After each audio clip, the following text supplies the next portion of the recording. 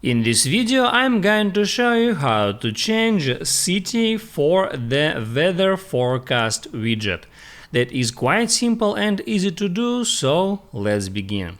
And all you have to do to change the city is just hold down on that widget and here tap at Edit Widget. Now, as you can see, the city selected on auto mode based on my current location. I can hit there at auto, and in search I can start typing any city that I want. Let it be a Moscow, and now I can select from the very top result Moscow, and that's it. Now I can tap at free space of the screen, and as you can see, here is Moscow now, and the weather forecast widget now shows the Moscow weather.